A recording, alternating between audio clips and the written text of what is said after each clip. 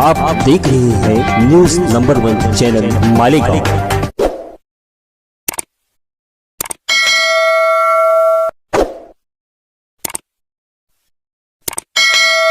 मैं हूं साकिर साहब और आप देख रहे हैं न्यूज नंबर 1 चैनल। आइए नजर डालते हैं शहर की कुछ खास खबरों पे। शहर की हर छोटी बड़ी खबर पर न्यूज नंबर 1 की नजर।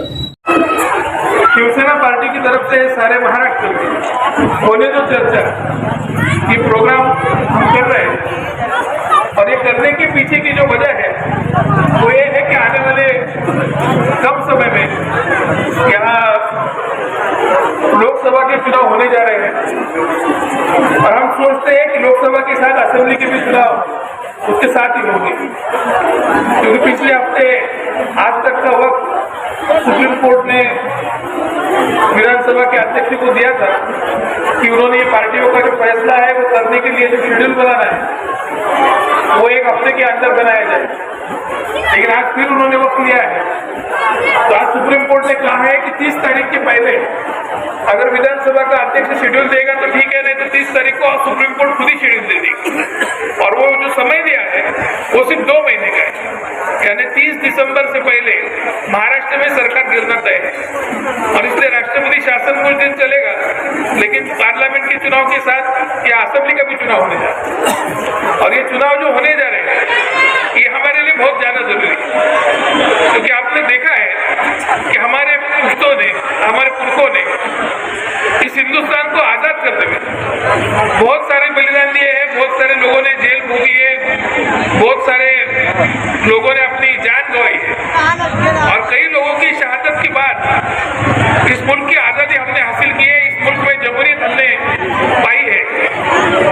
आज जो बीजेपी की सरकार जिस तरह से काम कर रही है, आने वाले साल में फिर से अगर दोबारा पूरी बहुमत के साथ भाजपा की सरकार केंद्र में आई तो इस मुल्क से जमहूरियत खत्म हो जाएगी। और उसकी वजह है क्योंकि 1 नेशन 1 इलेक्शन के नाम से पूर्व राष्ट्रपति रामनाथ कोविंद की अध्यक्षता में उन्होंने जो कमेटी बनाई है वो कमेटी में पंचायत के चुनाव से लेके असेंबली के चुनाव से लेके पार्लियामेंट के चुनाव तक सब चुनाव एक साथ होंगे, एक साथ वोटिंग होगा, ऐसा कुछ फॉर्मूला आएगा, ऐसी उम्मीद है। लेकिन शायद उसमें और भी कुछ निकले। और आप देख रहे हैं कि हमारे बाजू के मुल्कों में क्या हो रहा है। आज आप चीन में देखोगे तो चीन में सिंगल पार्टी सिस्टम है, वहां पे कम्युनिस्ट पार्टी के अलावा किसी और को पार्टी ही नहीं खुलने दी जाती। तो एक ही पार्टी अगर मुल्क में रहेगी तो दूसरी पार्टी का सत्ता में आने का कोई चांस नहीं होता। रशिया में आप देखोगे तो व्लादिमीर पुतिन की सरकार है और व्लादिमीर पुतिन ने उसके कॉन्स्टिट्यूशन में, संविधान में जो बदलाव किए हैं उसके अनुसार 2036 साल तक रशिया में कोई चुनाव नहीं होगा और 2036 साल तक व्लादिमीर पुतिन रशिया का सदर बना रहे। और ऐसे हालात जब बन रहे हैं तब बीजेपी को अगर पूरी ताकत से यहाँ सत्ता मिली तो शायद हिंदुस्तान में भी ऐसा कुछ हो और हिंदुस्तान की जमहूरियत खत्म हो। इसलिए हिंदुस्तान में जितनी सारी अपोजिशन की पार्टी है सारी पार्टी एक साथ आई, इंडिया अलायंस हमने खड़ा किया है। काफी सारी विचारधाराएं अलग है, सबकी नीति अलग है, लेकिन सब मिलकर कॉमन मिनिमम प्रोग्राम हमने साझा किया है और कॉमन मिनिमम प्रोग्राम के तहत सब साथ चलेंगे और बीजेपी के सामने लड़ेंगे। ये हमारी भूमिका है। सब लोगों को ऐसा लगता है कि बीजेपी बहुत बड़ी ताकत है और बीजेपी जैसी बड़ी ताकत को हरा पाना इन छोटी छोटी पार्टियों के लिए शायद मुमकिन ना हो, लेकिन जहां तक हम लोग सोचते हैं, हमने 2019 का जो चुनाव हुआ उसका रिजल्ट देखा और 2019 के चुनाव के रिजल्ट को आप अगर इंडिया की आज की पार्टियां और इंडिया अलायंस की पार्टियां इनमें अगर बांट दे तो इंडिया अलायंस को 32% वोट थी और अपनी इंडिया अलायंस जो है उसको 64% वोट, यानी 32% वाले सत्ता में बैठे हैं, 64% वाले अपोजिशन में। 32% वाले सत्ता में क्यों गए? क्योंकि हम लोग एक दूसरे में लड़ते रहे और हमारी वोट बढ़ती गई। आज हम सब एक हुए हैं क्योंकि हमको वोटों में बंटवारा नहीं चाहिए, हमको हमारी वोट एक साथ चाहिए और अगर एक साथ इसी ताकत से हम लड़ेंगे तो बीजेपी से दुगनी वोट हम हासिल करेंगे। और महाराष्ट्र का जहां तक का सवाल है तो जो सर्वे बीजेपी ने खुद कराया है, उस सर्वे में आप देखोगे तो 48 सीट महाराष्ट्र में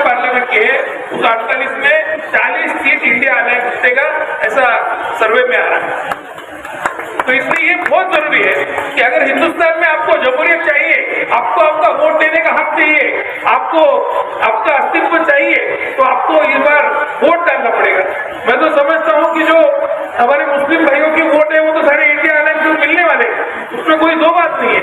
लेकिन आपसे मेरी एक ही गुजारिश है कि जो हम अक्सर देखते आए हैं, जो रेशो से बाकी हल्कों में या बाकी जगहों पे वोटिंग होती है और जितनी बड़ी तादाद में लोग वोटिंग को निकलते हैं, जितनी बड़ी तादाद में जितने परसेंटेज में वोट होती है, उतनी वोट मुस्लिम लोगों में नहीं हो पाती। आपका वोटिंग परसेंटेज बहुत कम रह जाता है और वो वोटिंग परसेंटेज बढ़ाना हमारे लिए बहुत जरूरी है अगर बीजेपी को रोकना होगा। आज भी बहुत सारे लोग हैं कि जो मालेगांव आउटर हल्के में रहते हैं और उनकी सारों की वोट कि मालेगांव इधर में है और वो मालेगांव इधर में उनका नाम है। तो अभी ये चालू हो गया है कि हम वोट ट्रांसफर कर सकते हैं, हम वोट नहीं रजिस्टर कर सकते हैं। तो मैं आप सबको रिक्वेस्ट है कि हमारे जो सब कार्यकर्ता है ये सब मेहनत करें और मालेगांव इधर की जो वोट है वो मालेगांव आउटर में हम शिफ्ट कैसे कर सके और मुस्लिम वोट यहाँ बढ़ कैसे सके। उनके जो यहाँ रहते हैं उनको यही वोट देना चाहिए, ये आपका हक बनता है। वो हिसाब से यहाँ की वोटिंग परसेंटेज कैसे बढ़ेगी इसके ऊपर हमें काम करना होगा। आज पिछले 9 सालों में हिंदुस्तान में क्या क्या हो रहा है आप सब देख रहे हैं। इस वीडियो को लाइक करें, हमारे चैनल को सब्सक्राइब कर बेल आइकन जरूर प्रेस करें। हम